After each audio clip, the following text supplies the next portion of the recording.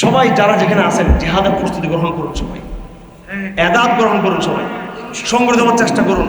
প্রত্যেকে নিজ নিজ জায়গায় আলেমদের নেতৃত্বে আবেগপ্রবণ হবেন না, বিচ্ছিন্নতাবাদ হবেন না, হঠাৎকারিতা করবেন না, গোপন কোনো সংগঠনে যুক্ত হবেন না, কেউ যা করবেন প্রকাশ্য করবেন। আগামী দিনের জন্য মানসিক প্রস্তুতি গ্রহণ করুন, সাঁতার কাটবেন এবং সকালে হাঁটবেন, 3 বেলা 4 বেলা হাঁটবেন, হ্যাঁ এক্সারসাইজ করবেন, কারাতে শিখবেন, নিজের বাহুকে বেশি শক্তিশালী করুন। যারা আমাদের মায়েদের গায়ে হাত দিয়ে উন্না ছিঁড়ে ফেলতেছে, আমাদেরকে একটা গিল ঘুষি তাদের মুখের উপর পড়বে ইনশাআল্লাহ। আমাদের মসজিদগুলো যে সমস্ত হাত ধ্বংস করেছে, আমরা এই শক্তিশালী হাত দিয়ে তাদের হাতকে ভেঙে দিব। আমরা হিন্দুস্তান মুশরিকদের হাত, এই হাতগুলো ভাঙার জন্য আপনারা তৈরি থাকুন। আপনারা সবাই সমাবেশকে শুধু সবকিছু মনে করবেন না। আমাদের লিডারশিপদের উচিত, প্রত্যেকটা লিডারদের উচিত, সেলিব্রিটি লিডারদের উচিত সমাবেশের চিৎকার দিয়ে বড় বড় লম্বা লম্বা স্লোগান বহুত শুনছে, এগুলো কানটা ভোতা হয়ে গেছে না, আর ভালো লাগার কোনো আওয়াজ শুনতে। ওনাদের উচিত আগে জিহাদের প্রস্তুতি গ্রহণ করা, ওনাদের উচিত আগে জিহাদের শপথ নেওয়া, ওনাদের উচিত আগে ত্যাগ এবং কোরবানির জন্য আগে সামনে আসা। যেদিন আমাদের নেতৃবৃন্দ অকাতারে শাহাদত বরণ করবে, যেদিন লিডাররা শহীদ হবে, সেদিন এদেশের এই জাতির মুসলিম উম্মার কোটি কোটি মুসলমান তারা জেগে উঠবে। সবাই নেতার রক্তের উপরে জাতি জেগে উঠবে। এই জন্য সবাই শাহাদাতের তামান্না পোষণ করবেন। আগামী দিনের সংঘাত সহজ ব্যাপার না। হিন্দুস্তান আপনাকে ছেড়ে দিবে না। হিন্দুস্তান আপনাকে 16 বছর হাসিনার মাধ্যমে তারা আমাদেরকে নিষ্পেষিত করেছে, জুলুম করেছে আমাদেরকে। এমন কিছু বাদ নেই যেটা তারা ধ্বংস করে নাই। আমাদের সংস্কৃতিকে ধ্বংস করেছে, আমাদের রাজনীতিকে ধ্বংস করেছে, আমাদের বিচার ব্যবস্থাকে ধ্বংস করেছে, ইনসাফ ধ্বংস করেছে, সামরিক বাহিনীকে ধ্বংস করেছে, অর্থকে ধ্বংস করেছে, আমাদের ঈমান আকীদাকে ধ্বংস করেছে। এমন একটা অবস্থা হয়ে গেছে এখন বাঙালিদের, আপনি বড় বড় ইসলামী দলগুলো পর্যন্ত তারা মনে করতেছে হিন্দুস্তানকে খুশি করেছে, আমরা ক্ষমতা যেতে পারবো না। এমন একটা পরাজয়ের মানসিকতা তারা তৈরি করেছে। আবার আগামী দিনেও তারা ক্ষান্ত না। আগামী দিনে তারা ইসলামকে পরিপূর্ণভাবে পরাজিত করার জন্য এই হিন্দুস্তান এবং আমেরিকা ঐক্যবদ্ধ হয়ে আগামী দিনে বাংলাদেশে পরিপূর্ণ কীভাবে মেসাঘাত করা যায় সে চিন্তা ভাবনা করতেছে।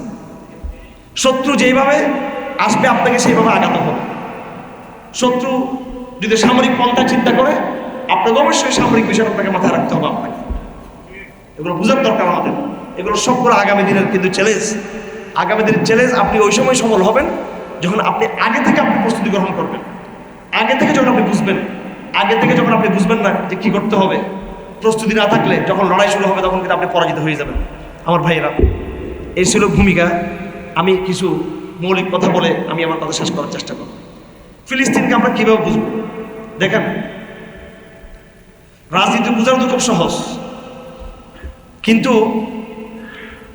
রাজনৈতিক চাপাবাজি করা অনেক সহজ, রাজনীতির সংকট বোঝা কিন্তু অনেক কঠিন। এই জন্য ইতিহাস জানা খুব জরুরি। ফিলিস্তিনে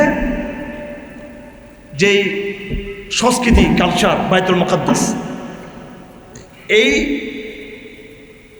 সূচনাটা কিন্তু হযরত ইব্রাহিম আলাইহিস সালামকে কেন্দ্র করে। বাইতুল্লাহ নির্মাণের প্রথম ঘর তিনি নির্মাণ করেছেন বাইতুল্লাহ শরীফ, কাবার, মক্কায়।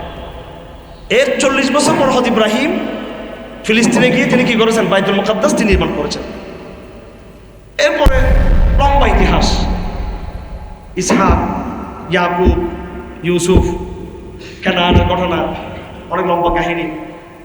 হতে হতে হতে হতে হতে হতে এই হযরত মুসা আলাইহিস সালাম পর্যন্ত। ততক্ষণে বাইতুল মুকাদ্দাস চলে গেল মুশরিকদের হাতে, চলে গেল। ততদিনে আল্লাহ পাক ফেরাউনকে পরাজিত করে মিশরে। মিশর ছিল তখন সারা দুনিয়ার প্রধান পরাশক্তি।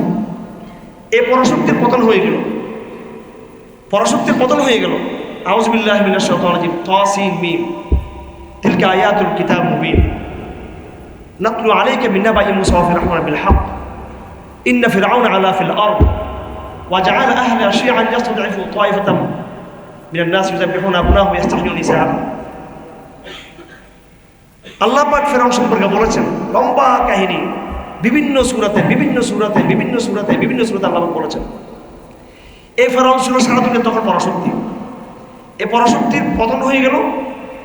এখন আল্লাহ পাক মূসা আলাইহিস সালামের নেতৃত্বে বনি ইসরাঈলকে দায়িত্ব দিলেন, এবার তোমরা নদী পার হয়ে তোমরা আবার বাইতুল মুকাদ্দাস থেকে তোমরা যাও, ওখানে গিয়ে বাইতুল মুকাদ্দাসকে কেন্দ্র করে তোমরা আবার নতুন আন্তর্জাতিক একটা রাজধানী, আন্তর্জাতিক সভ্যতা, নতুন একটা জাতি বিনির্মাণ করো। কার নেতৃত্বে? মুসা আলাইহিস সালামের নেতৃত্বে।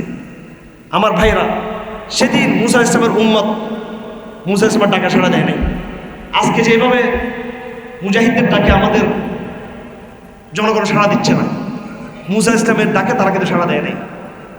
জনগণ কি বললো? ইযহাব আনতা ওয়া রাব্বুকা ফাকাতিলা ইন্না হাউনা কাঈদ। তুমি আর তোমার রবকে যুদ্ধ করো, আমরা এখানে বসে আছি। আল্লাহ পাক তাদের উপর শাস্তি চাপিয়ে দিলেন। ওয়াদি তীর মধ্যে তারা ঘুরপাক খেতে খেতে তাদের সময় চলে গেল। পরবর্তী ইউশা বিন নুন মুসা আলাইহিস সালামের শাগির্দ ছিলেন, তার নেতৃত্বে ফিলিস্তিন কিন্তু মুক্ত হয়েছে। আমার ভাইরা, এরপর ফিলিস্তিন মুসলমানদের হাতে ছিল, কিন্তু আবার ইহুদিরা বেয়াদবি শুরু করলো। কোরআনে কারিমে পরিষ্কারভাবে লেখা আছে, সূরা ইসরার প্রথম পৃষ্ঠা দেখে নেবেন। আল্লাহ পাক তাদেরকে সেই বেয়াদবির শাস্তি দিয়েছে। আবার ইতিহাসের উল্লেখযোগ্য দুইজন বাদশাকে চাপিয়ে দিয়েছে তাদের উপরে, তাদের বেয়াদবির কারণে। একজন হচ্ছে বুখতানুসর, আরেকজন হচ্ছে টিটস। আরো অনেক শাস্তি তাদের উপরে এসেছিল। বিশেষ করে এই দুইজন বাদশা তাদেরকে একদম সমূলে ধ্বংস করে দিয়েছে, ইসরায়েলিদেরকে, ইহুদিদেরকে। তারপরে খ্রিস্টান ধর্মের আবির্ভাব ঘটলো বাইতুল মুকাদ্দাসে। খ্রিস্টান ধর্ম আবির্ভাব করে বাইতুল মুকাদ্দাসটা খ্রিস্টানদের হাতে চলে আসলো। দীর্ঘদিন এই বাইতুল মুকাদ্দাস খ্রিস্টানদের হাতে ছিল।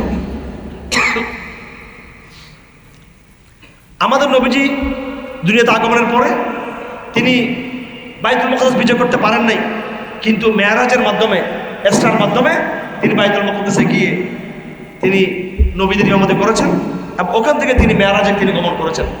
অর্থাৎ এটা ছিল আল্লাহর পক্ষ থেকে ইশারা যে বাইতুল মুকাদ্দাস তোমার হাতে চলে আসবে। বাইতুল মুকাদ্দাসে রাসূলুল্লাহ মেরাজ করেছেন।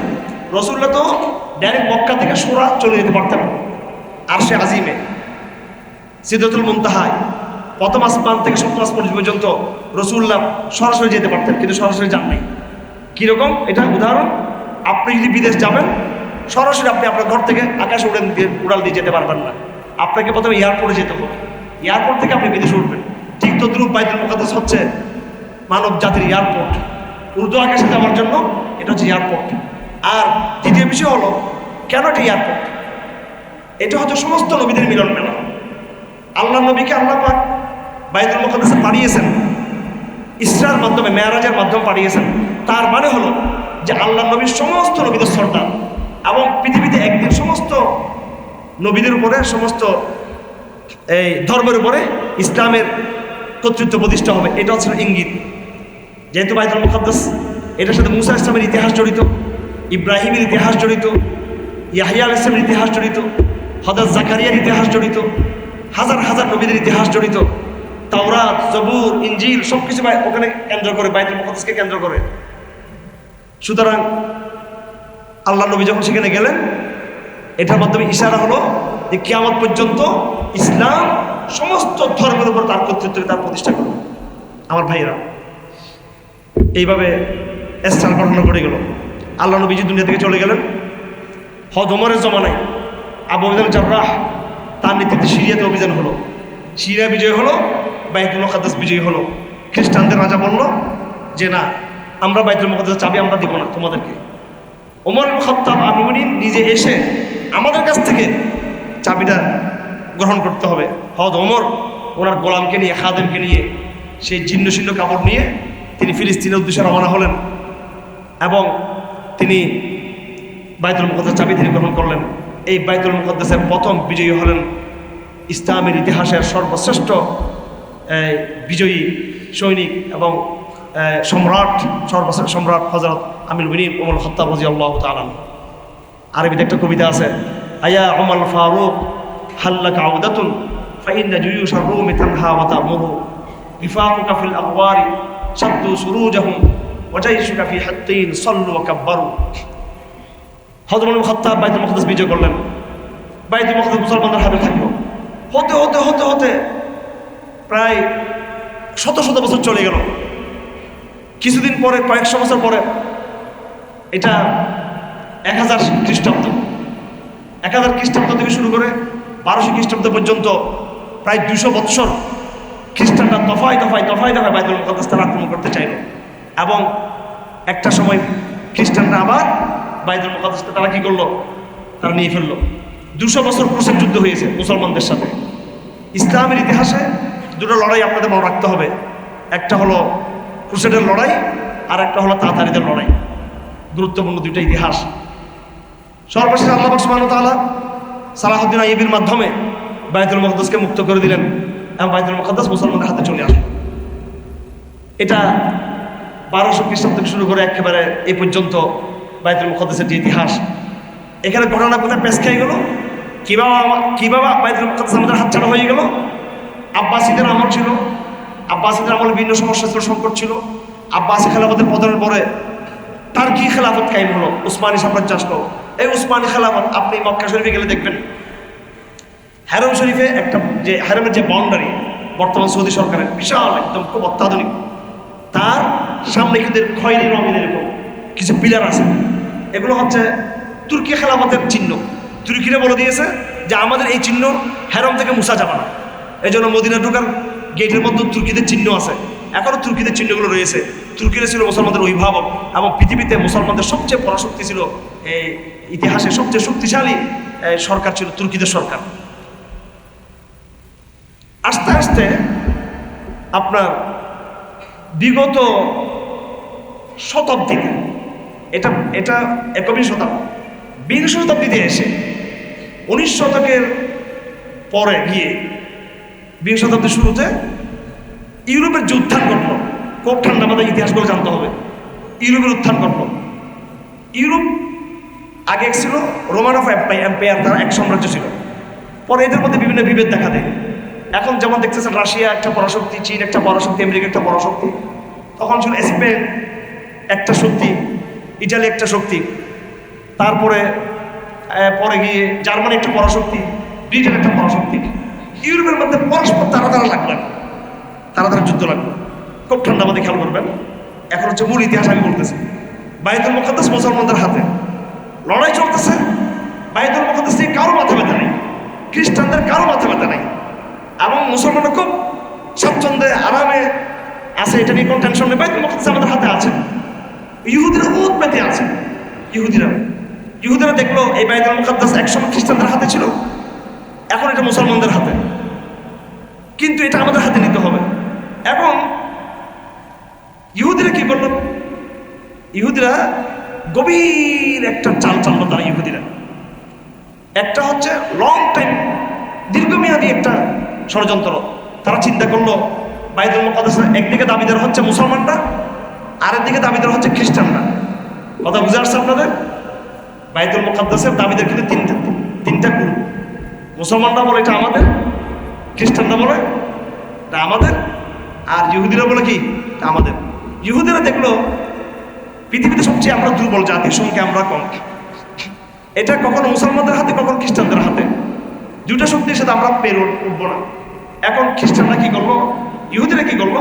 তারা চিন্তা করলো যে মুসলমানদেরকে বোঝানো সম্ভব না, এগুলো হচ্ছে খুব শিক্ষিত জাতি, খুবই এরা ইমানদার জাতি, এরা জিন্দেগিতে নিজের ইমান ছাড়বে না।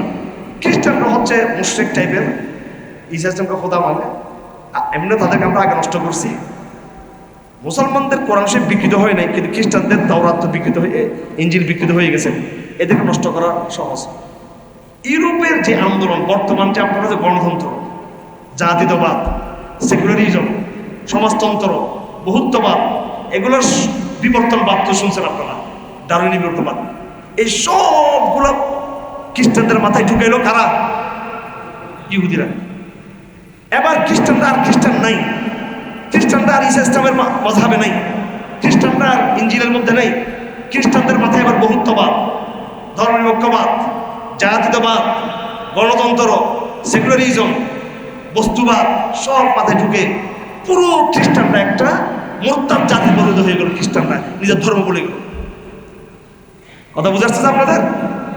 এবার খ্রিস্টানদের মধ্যে আগে যেটা জজবা ছিল, লড়াই করে বাইতুল মুকদ্দাসকে আমার, সে আধ্যাত্মিকতা তাদের মধ্যে এখন কি নাই। কারণ বাইতুল মুকদ্দাসের দাবি করার জন্য তাকে ধর্মীয় কি থাকতে হবে, চেতনা থাকতে হবে। খ্রিস্টানদের মধ্যে সেই ধর্মীয় চেতনা খর্ব হয়ে গেল, খ্রিস্টানরা পুরো একটা সেকুলার হয়ে গেল। তারা আজকে বাংলাদেশের শিক্ষা ব্যবস্থাটা কাদের? ওই ইউরোপ সেকুলারদের। ওরা কিন্তু বাংলাদেশে কোনো খ্রিস্টান শিক্ষা ব্যবস্থা দিয়ে যায় নাই। নিজেরা যেমন সেকুলার, নিজেরা যেমন নাকি মোরতাদ, তারা আমাদের একটা মোরতাদ সিলেবাস, মোরতাদ রাষ্ট্র ব্যবস্থা তারা আমাদেরকে দিয়ে গেল। এটার দ্বারা ইহুদিদের লাভ কি? ইহুদিদের লাভ হলো যে ধর্মীয় যে দাবি খ্রিস্টানদের মধ্যে আগে ছিল, ধর্মের যে মহব্বত, ইঞ্জিলের মহব্বত, ইঞ্জিলের রাষ্ট্র কায়েম করবে, ক্রুসেডের যে মহব্বত, এটাকে তাদের মধ্যে নেই। এখন তারা দাবি থেকে চলে গেল।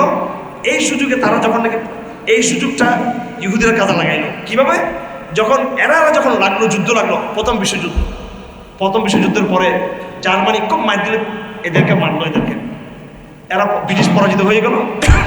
এই ইহুদিরা কল্লা বাইর করছে না, আগে তো এদেরকে আমরা নষ্ট করছে আদর্শিকভাবে, বলতেছে তোমরা তো মার খেয়েছো, তোমাদেরকে আমরা কিন্তু বিজয়ী করে দিব। একটা দাবি আমাদের আছে, এই যুদ্ধে আমরা তোমাদেরকে বিজয়ী করব, আমাদের একটা দাবি আছে, সেটা হলো বাইতুল মুকাদ্দাস আমাদেরকে লিখে দিতে হবে, ঘোষণা দিতে হবে।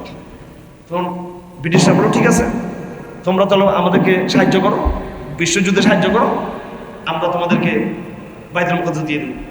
ঠিক ইহুদিরা কি করলো? আমেরিকাকে ডেকে নিয়ে আসলো। আমেরিকার বিভিন্ন সহযোগিতা নিয়ে প্রথম বিশ্বযুদ্ধে জার্মানি যুদ্ধে বিজয় লাভ করে, হ্যাঁ, ব্রিটিশ যুদ্ধে বিজয় লাভ করে, ফ্রান্স যুদ্ধে বিজয় লাভ করে, জার্মানি হেরে যায়, তুর্কিরা হেরে গেল। তুর্কি আর জার্মানি ছিল একসাথে, এরা হেরে গেল। বাইতুল মুকাদ্দাস যাদের হাতে, সে তুর্কি খেলাফত, ওসমানী খেলাফত, তারা হেরে গেল। এবং সে সময় এটা মনে রাখবেন, বেলফোর ডিক্লারেশন, ব্রিটিশ মন্ত্রী, তার নামে বেলফোর, উনি ঘোষণা দিলেন যে বাইতুল ফিলিস্তিনের এই অঞ্চল, এটা ইহুদিদেরকে আমরা দিয়ে দেবো।